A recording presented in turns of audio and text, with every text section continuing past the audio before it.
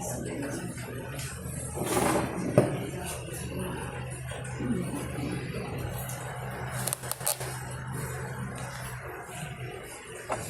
noite. Gratidão mais uma vez pela grande oportunidade de estar aqui nesta casa.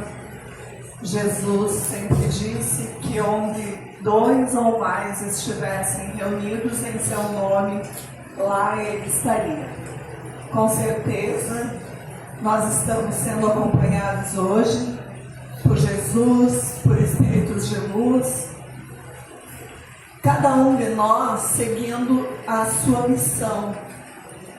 Nós escolhemos aquilo que desejamos fazer, mas sempre pedimos a Deus e a Jesus que nos permita servir o próximo, através de uma palavra, através de um abraço, através de um olhar, de um sorriso, de uma ação social, um prato de comida. Quantos irmãos nós temos aí realizando trabalhos em benefício daqueles que necessitam? Nós aqui nessa casa espírita, nós também servimos a Deus, servimos a Jesus e da nossa forma. Ninguém que está aqui é perfeito. O que a gente fala aqui são os ensinamentos que Jesus deixou no Evangelho e que nós também procuramos corrigir as nossas falhas, os nossos erros, as nossas limitações. Por isso, hoje eu venho conversar com vocês sobre algo simples, mas algo muito importante na nossa vida, que nós aprendemos e que nos traz muitos benefícios. Hoje eu vou conversar com vocês sobre o Evangelho no Lar, um compromisso de luz para o novo ano. Quantas vezes a gente está aqui na casa espírita, lá no casarão, sendo atendido através de uma conversa fraterna, de uma cirurgia, de um atendimento, em uma palestra, no final, sempre é dito, sempre é falado: praticarem o Evangelho no lar. E a gente acaba propagando isso, levando isso para outras pessoas. Outro dia, eu conversando com uma amiga muito necessitada espiritualmente, passando por muitas dificuldades, eu insisto com ela: faça o Evangelho no lar. E ela me disse assim: eu tento, mas eu não sei fazer. Eu vou no Instagram e assisto lá por 1 hora em um canal. Aí a espiritualidade amiga, conversa comigo. Meu mentor espiritual, é a ele que eu peço hoje, ou a ela, né? Não sei quem é, mas que me inspire, que me instrua para que eu possa falar aquilo que é de vontade deles. Veio no meu ouvido e disse: essa é uma boa palestra para você aplicar na casa espírita. Porque por mais que a gente escute falar, a gente não sabe, ou até mesmo não sabe nem como começar a fazer. Por isso que hoje eu vou conversar com vocês sobre isso. Mas antes disso, é ano novo. Nós estamos chegando na metade do mês de janeiro. E nós iniciamos o nosso ano com muitos projetos, pedindo que a gente realize muitos sonhos, que a gente consiga trabalhar, ter saúde, ser feliz. E também a gente, muitos vêm ansiosos com a nova temporada da série que está acostumado a assistir na Netflix ou na Amazon e fica ansioso esperando para a nova série chegar. Muitas vezes a gente pega também, reúne a família para assistir um filme. Dependendo do filme, a gente sai com toda aquela energia resultante do filme que a gente assistiu. Se é de terror, tu sai ansioso. Eu não assisto filme de terror, mas sai ansioso, tem gente que gosta. Se é um drama, você sai sofrendo. Eu convido vocês hoje para assistir comigo e colocar no programa de vida de vocês desse ano a prática do Evangelho na casa de vocês. Que espaço nós temos reservados em nosso lar, na nossa casa, para o Evangelho de Jesus? Pensem um pouquinho. O Evangelho no lar, ele não é uma prática nova, nem é algo complicado, impossível de se realizar. Ele é, acima de tudo, um convite para Jesus entrar na nossa casa, para Jesus participar da simplicidade da nossa família. O Evangelho no lar é um momento semanal, né, de encontro com Jesus. É um espaço onde a gente estuda, a gente ora, a gente lê e a gente reflete. É um exercício de vivência da experiência do Evangelho.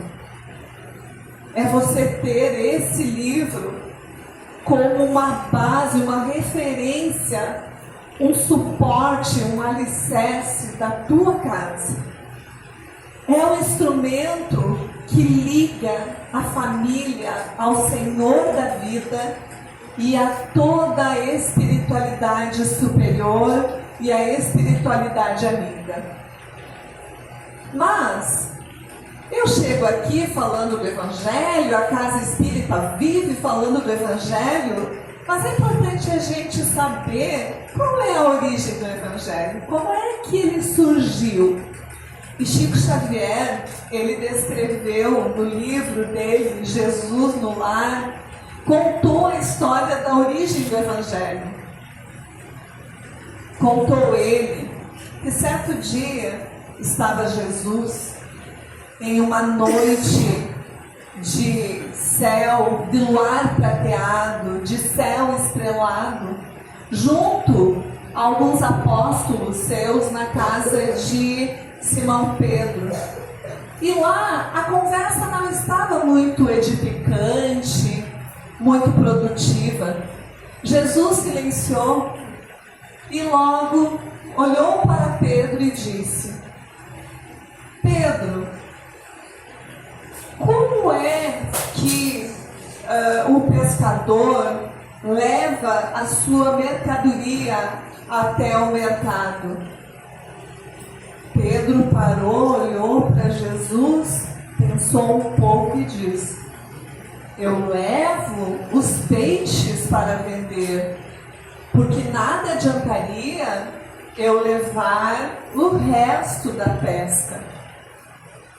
Jesus olhou para ele em silêncio.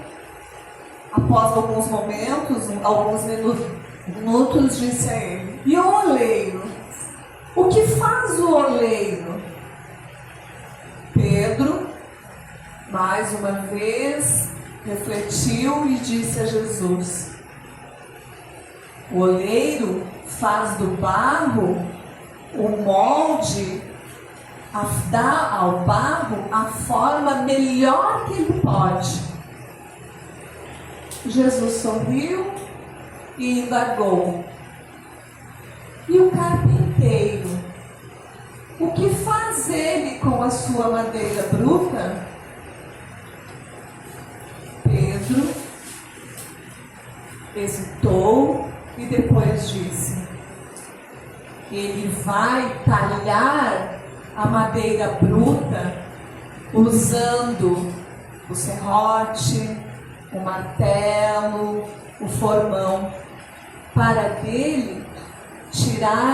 dela tirar a melhor forma, para criar o melhor objeto possível. Dessa forma, então, Jesus tirou uma reflexão sobre isso. Então ele falou, justamente se é o lar onde ele estava diante do mundo, é o berço doméstico, é a primeira escola e o primeiro templo da alma. A casa do homem é a legítima formadora de valores para a vida comum. É da casa, é do lar que saem os valores que são construídos e que vão ser levados para o mundo. Se o negociante seleciona a sua mercadoria, se o marceneiro ele não consegue fazer um barco sem se afeiçoar à madeira, aos seus propósitos, como que a gente pode esperar uma comunidade segura e tranquila sem que o lar se aperfeiçoe? Como é que eu quero que lá fora seja perfeito se aqui dentro do meu lar não há perfeição? A paz do mundo começa sobre as telhas que nos acolhemos e também não aprendemos a viver em paz. Se não aprendermos a viver em paz entre quatro paredes, como iremos ter a harmonia das nações? Se não conseguirmos amar o nosso irmão, o próximo, aquele que está mais perto de nós no nosso dia a dia, a luta da gente amar aquela pessoa que a gente sente dificuldade, como é que nós vamos respeitar um Pai que nos parece tão distante? Jesus então falou, acendamos aqui em torno daqueles que nos procuram a assistência fraterna, uma claridade nova. Jesus também falou que era em torno da mesa onde o Senhor colocava o pão para que Pedro comesse, que do grão, apenas do grão, crescia, multiplicava, dava origem ao pão. Assim, ele edificou o primeiro evangelho no lar, na casa de Simão Pedro. Então, Jesus foi o grande criador do evangelho. Ele não fez isso no meio de multidões, mas ele fez em um lugar simples, entre algumas pessoas e também alguns animais em torno da mesa.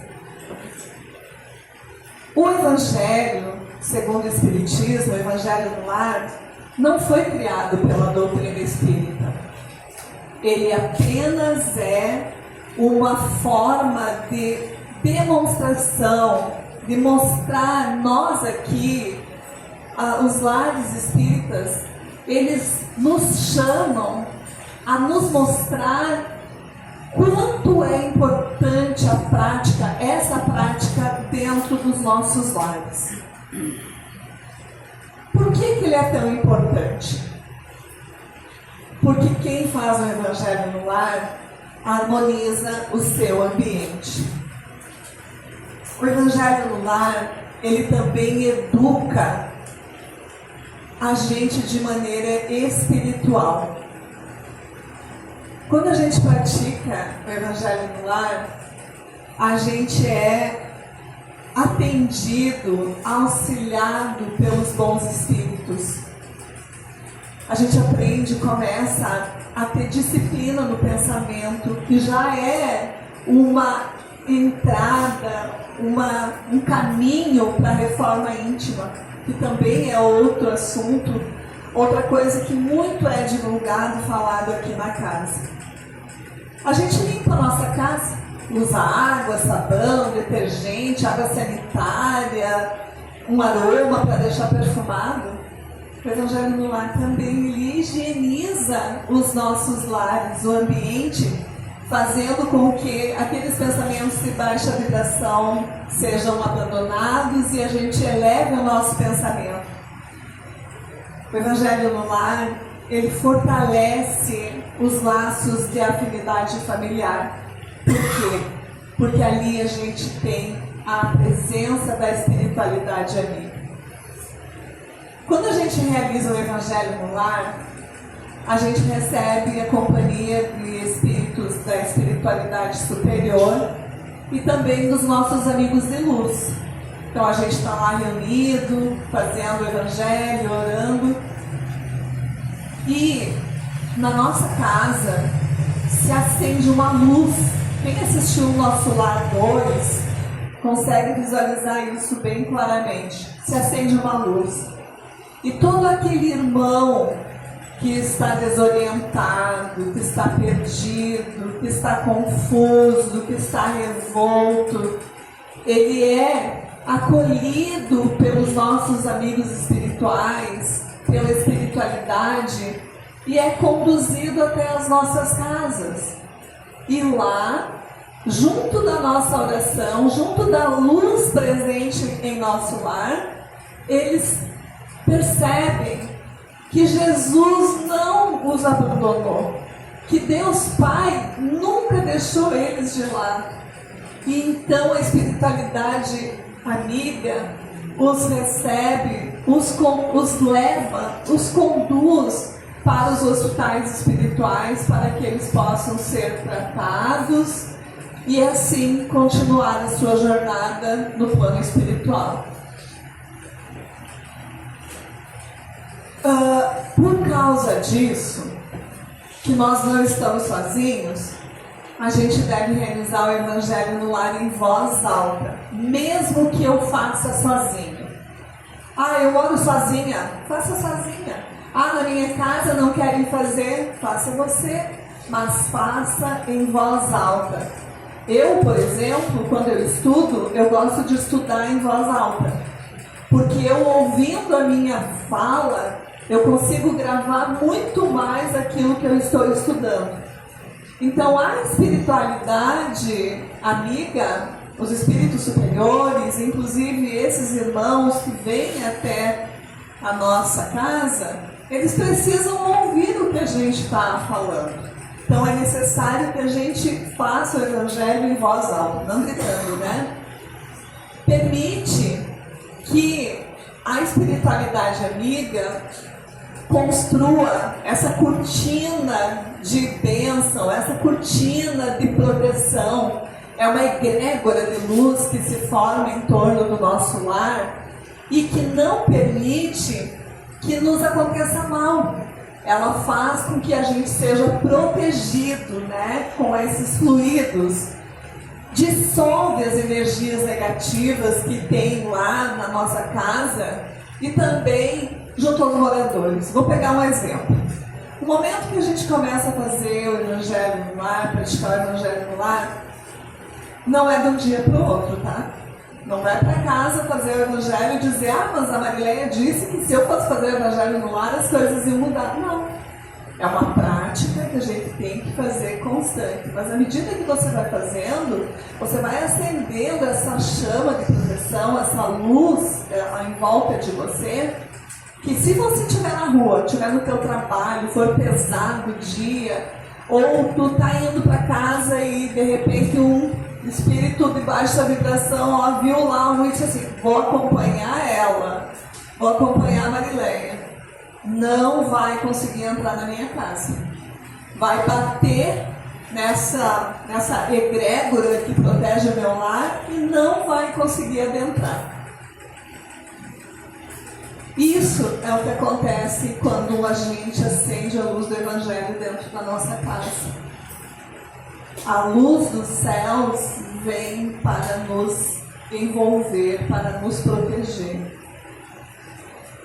Como é que a gente realiza o Evangelho no lar? Quando a gente vai ao médico, A gente liga lá e marca um horário. Um horário e um dia. Vê de acordo com a nossa possibilidade e a disponibilidade do médico. Mas eu não posso me atrasar. E eu não posso deixar de ir. Né? Então, se eu tenho que trabalhar, eu tenho um horário para entrar no meu trabalho e nem sempre é um horário para sair. Mas eu tenho compromisso. Eu faço o almoço da minha família, eu sei que ao meio-dia eu tenho que servir, porque todos chegam para almoçar, porque eles têm os seus compromissos. Eu tomo meu banho, geralmente eu tenho um horário específico para tomar meu banho. Assim é com o Evangelho no Lar, com a espiritualidade. A gente vai firmar um compromisso junto a eles. Então a gente vai pensar num dia. Qual é o melhor dia para que eu possa realizar o Evangelho no Lar? Mais à frente tem, mas eu já vou falar. Procurem não fazer em finais de semana, sábado e domingo. Porque a gente tem muita coisa, né? Sai, vem visita, sai, não volta no horário, já vai deixar a espiritualidade amiga já lá esperando e tudo deu um bolo na espiritualidade. Então, mas escolha um dia que melhor vai ser apropriado a você. Qual é o tempo que você vai dedicar ao Evangelho? 20, 30, no máximo 40 minutos. Não é muito tempo. Convide as pessoas que residem com você, se você vive com mais pessoas, a se fazerem presentes naquele momento, naquele horário. Preparem a mesa. Pedro ofereceu a sua mesa, foi em torno da mesa de Simão Pedro que o Evangelho aconteceu pela primeira vez. Então é em torno da mesa que a gente deve preparar o nosso Evangelho. Adquira o Evangelho segundo o Espiritismo e coloque sobre a mesa um paninho branco, o Evangelho, um livrinho de mensagens, se você quiser. E também coloque ali a água para ser fluidificada. Quantas pessoas pertencem àquele ambiente, coloque um copo de água para cada um. Por quê? Porque naquele momento a espiritualidade amiga vai fluidificar a água. Ela vai colocar ali energia, remédios para tratar a sua saúde física e a sua saúde mental, a sua saúde emocional, espiritual. Cada um de nós recebe o tratamento que é necessário. No livro Nosso Lar, André Luiz ele fala da água fluidificada. E ele diz que nós não conseguimos imaginar o quanto de benefício a água fluidificada ela nos traz. Lá no plano espiritual ela serve como alimento. A gente não vai chegar lá comendo churrascada. A gente ainda vai precisar se alimentar. E quem nos alimenta é a água fluidificada, que nos é oferecida e que vai nos suprir toda a necessidade alimentar que a gente ainda leva daqui quando desencarna. A água fluidificada cura ansiedade, depressão, traz muitos benefícios. Então, ao colocar os copos de água lá, a gente vai estar recebendo o tratamento que a espiritualidade sabe que nós necessitamos. Depois da gente arrumar tudo isso, a gente senta e faz uma prece inicial. Essa prece inicial ela não precisa ser carregada de palavras lindas, bonitas, porque a oração, a prece mais agradável a Deus, vai ser sempre aquela que vai ser ditada pelo que sai do nosso coração. Ao fazermos a prece inicial, a gente convida os nossos amigos a se fazerem presentes, a espiritualidade superior, agradecemos a Deus, a Jesus por aquele momento, e então, depois a gente pega o Evangelho e vai fazer uma leitura de um trecho dele. Não ler toda a página.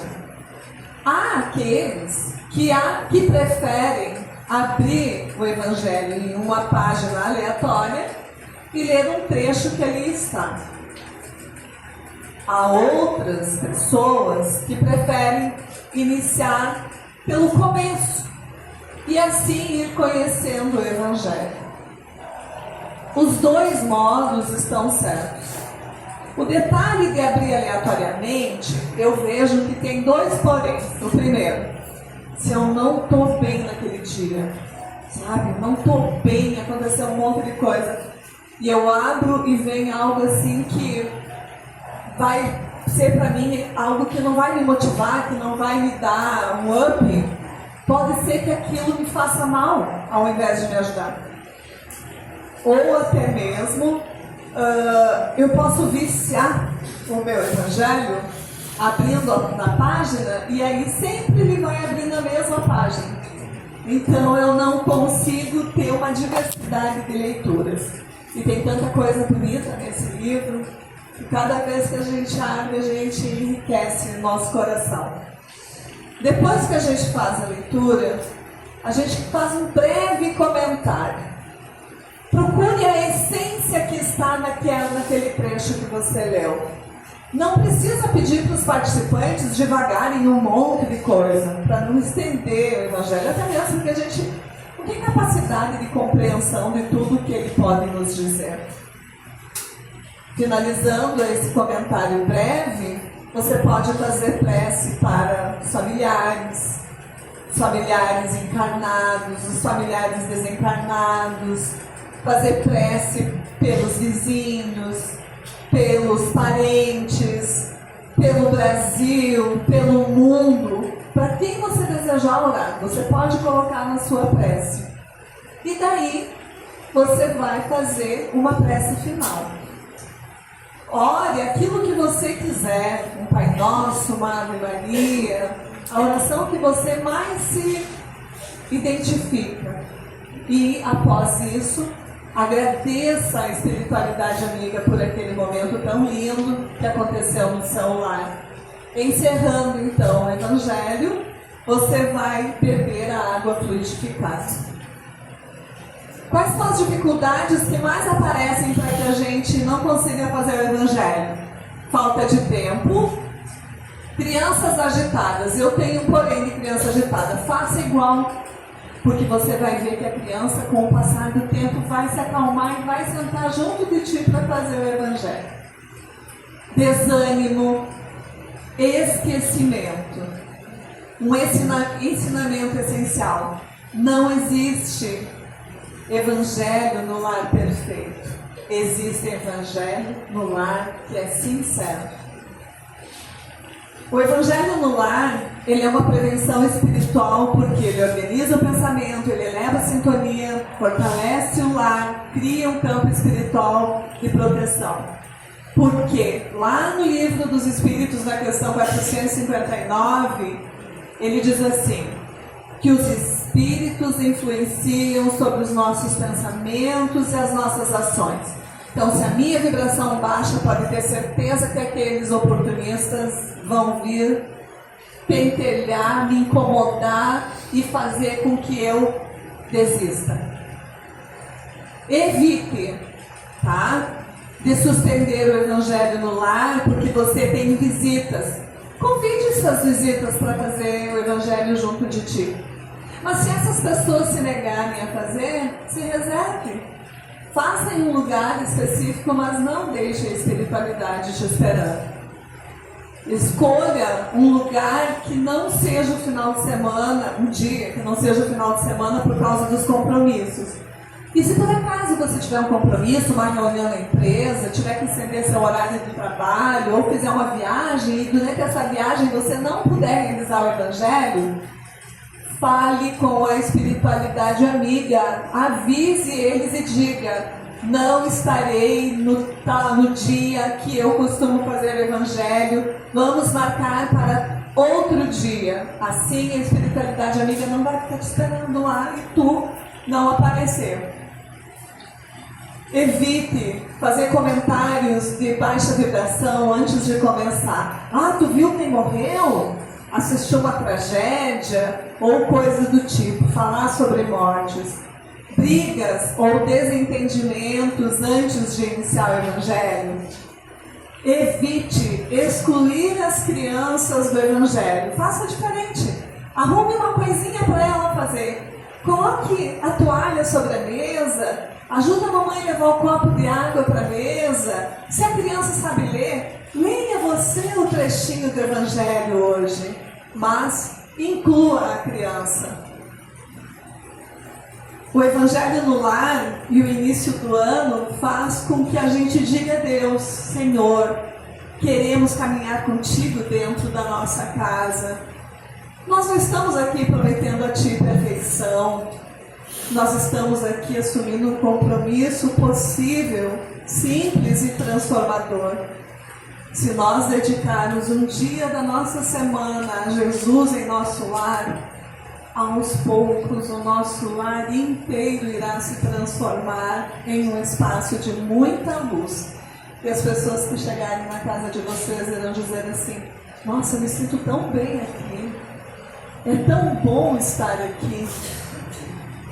E eu convido vocês, então, para assumirem um compromisso comigo. Quem não faz o Evangelho do Lar, por favor, chegue em casa e coloque isso para a sua família, ou se você mora sozinho, assuma isso com você. Escolha um dia da semana e inicie a prática do Evangelho do Lar. No final do ano, me procure aqui na Casa Espírita e me conte como foi, como você está, o que você percebeu de diferença. Porque lá no início eu disse: onde 2 ou mais estiverem reunidos em meu nome, ali eu estarei, disse nosso Mestre Jesus. E eu quero encerrar bem rapidinho, tá, Ricardo? Contando, porque é muito importante a gente ouvir relatos de quanto o Evangelho do Lar ele tem valor, ele é importante, ele faz milagres acontecerem na nossa vida. E aí eu vou contar uma história que aconteceu com o Chico Xavier bem no início da sua jornada, quando ele morava lá em Pedro Leopoldo, que aconteceu uma morte trágica de um rapaz. E aí uma senhora que já havia desencarnado procurou o Chico e pediu a ele que fosse na casa daquela mãe que havia perdido o filho, realizar o Evangelho no lar junto com ela, porque ela estava muito necessitada da presença da espiritualidade na sua casa. Assim, Chico fez. Bateu na casa da mãe e relatou a ela que havia sido convocado pela espiritualidade amiga que fosse lá na sua casa fazer o Evangelho. E se ela aceitava esse momento. Ela prontamente aceitou a presença do Chico, se reuniram em torno da mesa e lá começaram a fazer a prece inicial com água fluidificada e aí abriram o Evangelho para ler o trecho e veio o seguinte trecho: perdoai as ofensas. Nesse instante, bateram a porta da casa dessa mãe. E ela levantou-se e foi até a porta para atender. Lá do lado de fora havia um mendigo pedindo alimento. A senhora: estou muito necessitada de alimento, a senhora tem como me ajudar? E ela olhou para ele e disse assim: olha, nesse momento eu não consigo te ajudar, porque nós estamos realizando o Evangelho. Mas eu te convido a entrar e participar junto de nós do Evangelho. E ele aceitou e entrou. Sentou-se em torno da mesa e lá então Chico deu continuidade à fala, refletindo sobre aquela passagem do Evangelho. E aí essa pessoa, depois que terminou, pegou e olhou para essa mãe e disse: antes disso ela disse assim: eu perdoo quem matou meu filho. de todo o meu coração. Perdoo, porque meu filho permanece aqui comigo. E também aceito quem matou o meu filho como meu filho também. Nesse momento, o rapaz que ali estava disse a ela: a senhora perdeu um filho assassinado? E ela disse: sim, meu filho foi assassinado e eu não sei quem o matou. E ele então falou: quem matou seu filho fui eu. Eu lhe peço perdão e vou sair daqui, vou até a polícia, até a delegacia, vou me entregar e vou mudar a minha vida para sempre. E assim ele o fez. Então, isso nos mostra o quanto o Evangelho ele pode mudar a vida das pessoas. Não é uma história inventada, é um fato real contado por Chico Xavier. E eu encerro esse momento junto a vocês, fazendo essa oração. Queria cantar, mas não vai dar tempo. Senhor Jesus, agradecemos pela oportunidade deste encontro. Inspira-nos a levar os teus ensinamentos para dentro dos nossos lares. Não apenas nas palavras, mas nas atitudes. Abençoa as nossas famílias, nossos desafios e aprendizados. Que o Evangelho seja luz em nossos pensamentos, paz em nossos sentimentos e caridade em nossas ações. Que assim seja. Muito obrigada.